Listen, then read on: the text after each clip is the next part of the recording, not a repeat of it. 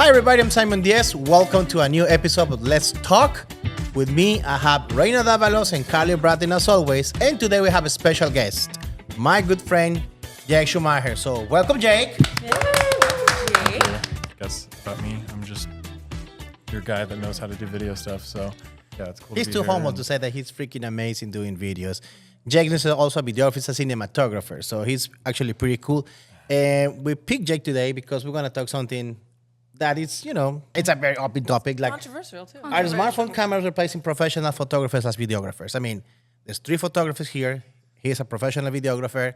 And we want to dig in and talk about something that, the world is changing. What are your thoughts on something like this?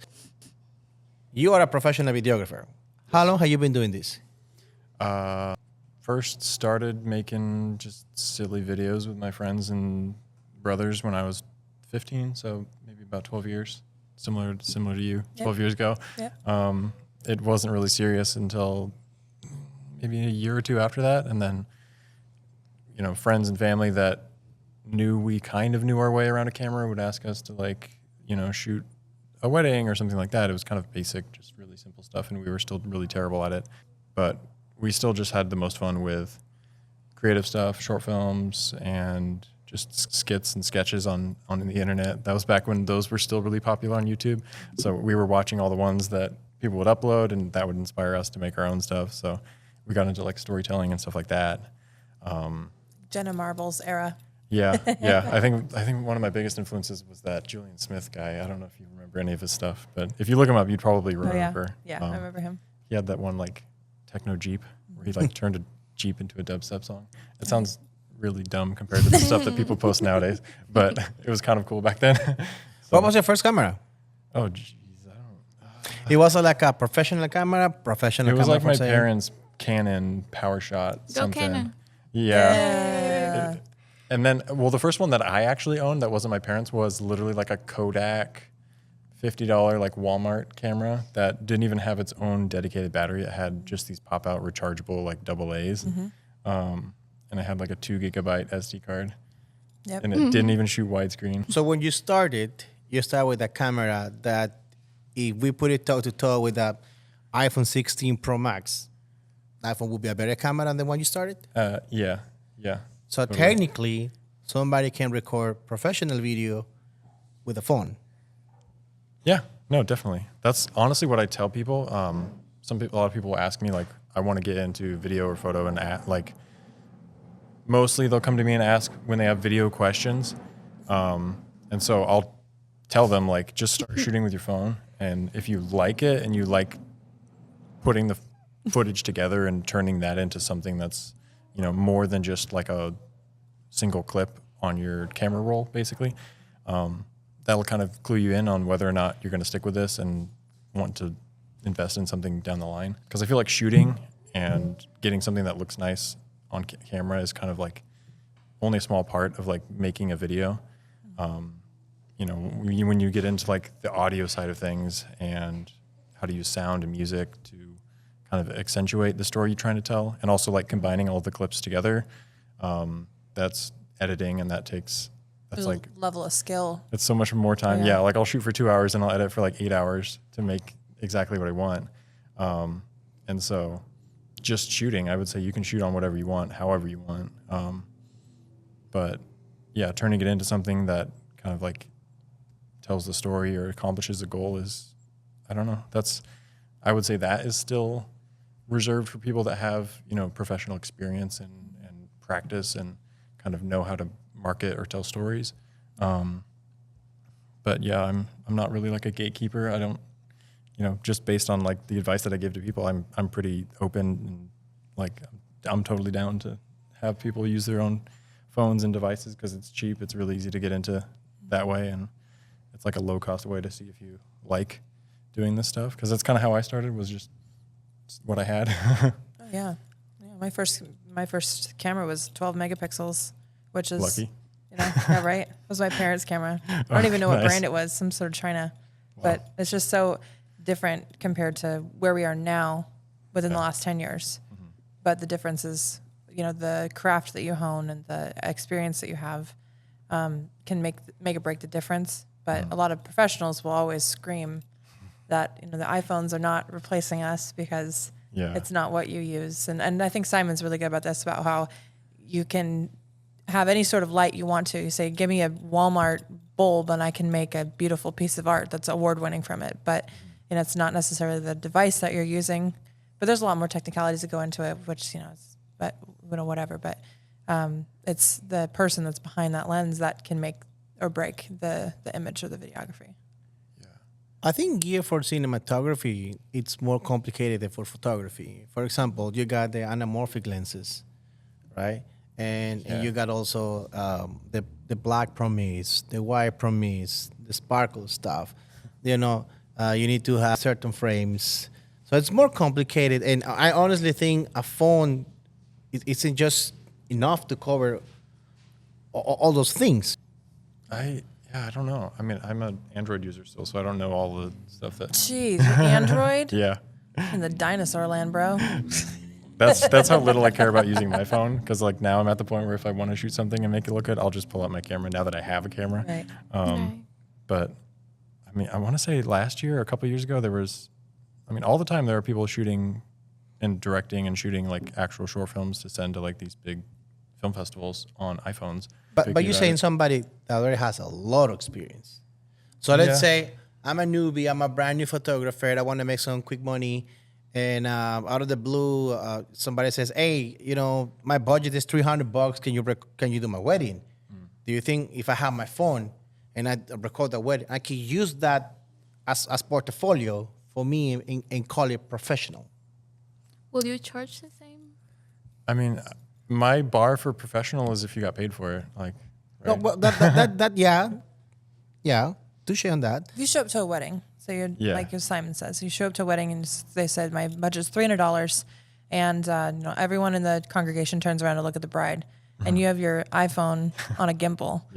What do you think the outlook on your professionalism is going to be? Do you think that they're going to see you as worthy of making more? Because we all know that $300 isn't going to sustain you career-wise, right? Like maybe it's like you said, you know, friends getting married, they don't have a lot of money, and you're just starting out. You want to make sure that you can do it. But do you think that that level of professionalism, you know, like even professional portrait photographers who use a camera, do you think that's something that would benefit them in the long run? Probably, yeah. Because I'm you know, if you have somebody, you hire somebody to do your wedding and show us your phone, why can't I tell my sister or my brother or my friend, hey, can you just put your phone there and send me the videos and I can send somebody to edit that video? I mean, Or use CapCut. Well, what I mean, use what I would CapCut. probably recommend, Use CapCut. what I probably recommend if you're shooting on a phone is to like lean into the benefits that a phone can bring. You know, because of how lightweight it is. What if I have a basic phone? If you have a basic phone, I would get creative with your angles. What's a basic phone? Is that iPhone 7? Like my Android. 11. Oh, your Something Android. like that. I mean, if you asked me like a couple of years ago, I probably would say that like somebody showing up to shoot a wedding with a phone would kind of cheapen it and make it look like. Because paparazzi now, they use the phone. It's easy. It's easy for Yeah. social They do, media. For yeah. a photo, right? You take a picture and you just upload it, and that's hot because it's happening right there. Right. But for a video, for a wedding or a movie or something like that, Oh, I mean, movies if you totally if you different. shoot a movie with a phone, there has to be a lot of editing to make Right. that look pro. Yeah, there's a lot Right? more things that go into that than just because like when they shoot these like films on phones, they'll put professional lighting equipment and they'll make sure the sets are perfectly like matched with all the props and the colors and everything. So it's like all these other pieces that, you know, amateurs that just have a phone and don't have that experience. You, Yeah. I mean, I've seen your work. It's very impressive. I've seen better. And I'm And- improving. But and thank you. so you would not show up to a gig like this. You know, if you came to do, you know, you wouldn't show up with iPhone. Probably not. But what I would do is probably if there was an angle that I couldn't get with, you know, if I had my main camera on a stabilizer or something and it was really kind of bulky, you know, I don't know how heavily I would lean on a phone, but if it was like a pinch So situation. where what I if you had to go to a wedding and you go there and you forgot your backpack? Or And if you I have lost you it have on your the phone flight you- or something. Or, you Fired. know, You somebody shouldn't forget your broke into your backpack. car, hoping that to happen, and you have your phone. Yeah. You feel confident enough in your skills that you can shoot a whole event, can be a wedding, can be a fashion event or whatever, with the phone, with your phone, gimbal. only one phone. So there's no change in the lenses, there's no wide Yeah. angle, there's no close up, there's no nothing you can change, no aperture, no nothing, just your phone. Can you do it? Yeah, I think I could. Let's challenge him now. No. This guy is so No. Here's what I do. Cojones. I actually did this experiment once when I was on a vacation a couple of years ago with family. I was shooting with a phone, and it was able to shoot 60 or 120 frames per second. You know, it didn't have good background separation. Everything was kind of in focus and a little messy looking. It wasn't like the colors weren't that great. But I was like, I'm going to lean into this new feature on this phone where I can shoot a little bit higher frame rate. And I just shot everything at that.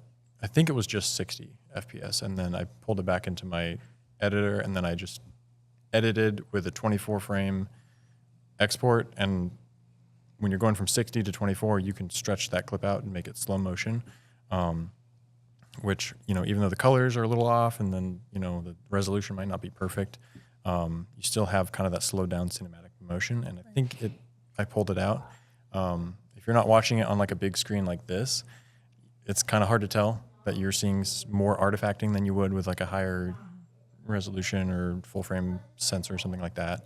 But it was kind of fun to kind of try that out. And that's kind of the reason that I think I can pull it off, because a lot of weddings these days, you just shoot slow-mo and they're happy. They think it looks cool. They really are. Yeah. Would you feel confident to do an entire session with just a phone? Absolutely not. What about you? No, I don't think. What about if you had all your lights still? I don't think so. No? Well, maybe because phones now have like a pro thing, like a settings where Yeah. you can control the ISO. But and what shutter about a speed. trigger if you're using flash? Well, That's always something cool that somebody can pull off, you know, like a trigger for your phone. Is there not a For phone adapter or something or other? I have no idea. Because it's all hot shoe. No? Yeah. You can't Until adapt the day they put a hot shoe on an iPhone. Maybe we got a Shark Tank idea, you know, like a right. Trigger There's for your adapters phone. for everything nowadays, though. That's what I'm sure there's an. If not, then that's an idea. Somebody can. I invent think Put there it into should be the somewhere USB-C there. to hot shoe yeah, adapter. that would be wild. Crazy. Yeah. Already cool. But the Nice. short answer is absolutely not. And I think part of it is because there's this argument now that I don't need to hire you. You know, why are you worth, you know, $2,000, $4,000 if I could do it on my phone? Absolutely not, because the years of experience that I have, the amount of equipment and the money that I've put into the equipment that I have, not to mention the crop sensor that's in iPhones. Actually, It's a tiny sensor. tiny sensor. I looked it up because they actually had this argument with someone. They said my phone camera is 48 megapixels. So is your R5, your Canon R5. And I said, sure, I want to see the sensor in yours. I want to see, the way that, are you shooting in raw files? What can or- you print? Yeah. What about prints that they go up onto your wall one day or, Or when you zoom in on the phone, it's kind of it looks at some point when you zoom in a lot, it's like a drawing and stuff like that. Yeah. I mean, even with a It loses nice quality when you expand the photo. compare a that's photo, phone with a, yeah. let's say the Fuji GFX, with 100 megapixels. When you zoom in, you can see everything. It's a huge Right. difference. A lot of people don't really care about that like quality though. Like Yeah.